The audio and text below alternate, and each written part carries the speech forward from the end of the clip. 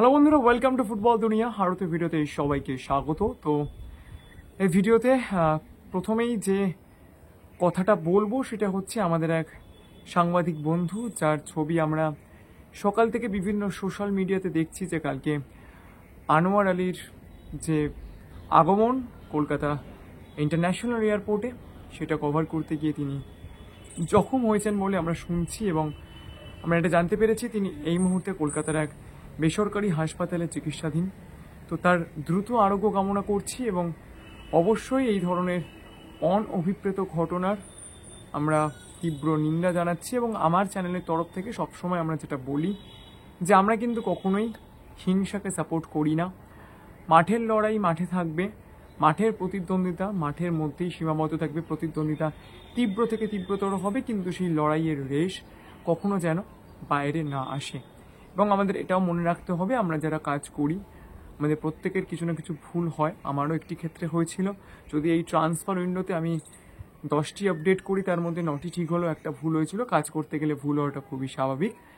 তো এক্ষেত্রে আমি একটাই কথা বলবো, ভুল হওয়াটা যেরকম স্বাভাবিক, সেরকম ভুল হওয়ার পর সেটাকে অ্যাডমিট করে নেওয়াও কিন্তু খুব গুরুত্বপূর্ণ।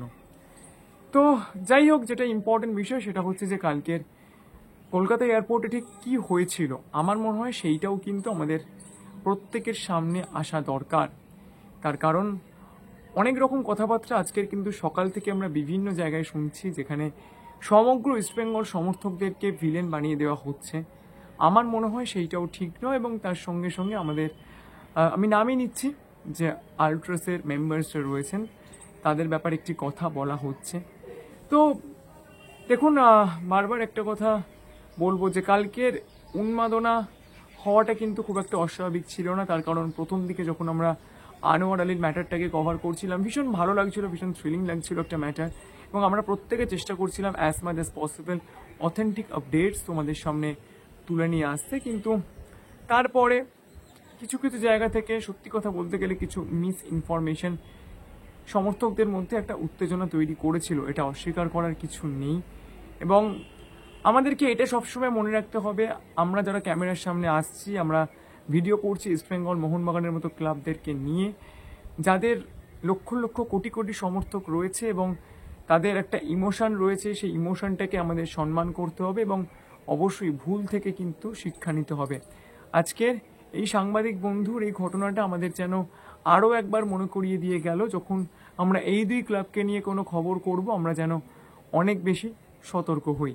তো জাস্ট একটাই কথা তোমাদেরকে বলার আমার, 17 তারিখ যেদিনকে আনোয়ার আলী প্লেয়ার স্ট্যাটাস কমিটিতে যান, তবে থেকেই কিন্তু তার মোহনবাগান সুপার জায়ান্টে ফেরার যে কোনো রাস্তা ছিল না, এটা বোঝা গিয়েছিল। তার কারণ আমি প্লেয়ারের কথা ছেড়ে দিচ্ছি, কোনো মানুষ যখন তার এক্সিস্টিং অফিসের এগেনস্টে কোর্টে যায়, তখন স্বাভাবিকভাবেই সেখানে তারা ফেরা যায় না।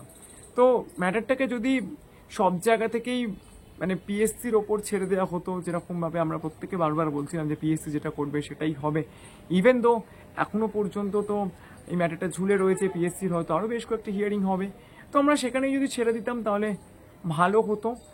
তাহলে হয়তো এই এত উত্তেজনা তৈরি হতো না। কারণ মানে আমাদেরকেও কিন্তু অনেক বেশি সতর্ক হওয়া দরকার বলে আমার মনে হয়। এই সাংবাদিক ভাইয়ের সঙ্গে যে ঘটনাটা ঘটেছে বলে আমরা শুনছি, আমার মনে হয় সেইটার সত্যতা যাচাইয়ের জন্য সমগ্র ব্যাপারটিকে আমাদের সামনে আনা দরকার।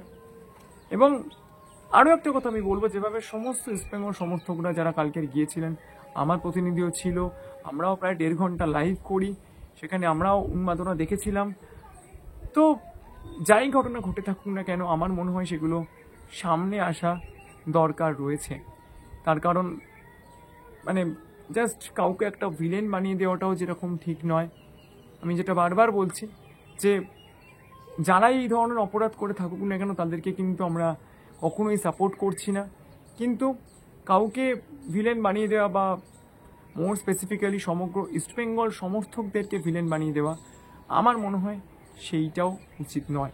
সবশেষে ইস্টবেঙ্গল মোহনবাগান দুই দলের সমর্থকদেরকেই একটাই কথা বলবো, নিজেরা নিজেদের বুদ্ধিটা একটু কাজে লাগাও, অপপ্রচারে পা দিও না, এবং অবশ্যই এমন কোনো ঘটনা ঘটিও না যার জন্য পরবর্তীকালে নিজেদেরকেই লজ্জার মুখে পড়তে হয়।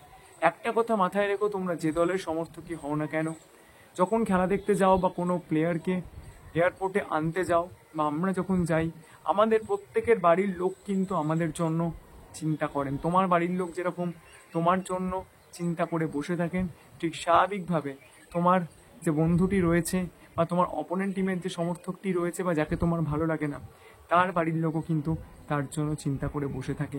এইটা মাথায় রেখো, হিংসা নয়, আমরা প্রতিদ্বন্দ্বিতাকে উপভোগ করি, কিন্তু কখনোই হিংসা ছড়িয়ে নয়। এইটুকুই বলার। সবাই ভালো থেকো এবং অবশ্যই তোমাদের কি মতামত কমেন্ট করে জানিও।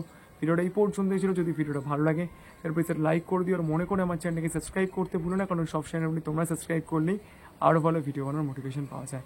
তো চলো এখন তোমাদের এই পর্যন্তই, দেখা হচ্ছে পরের ভিডিওতে।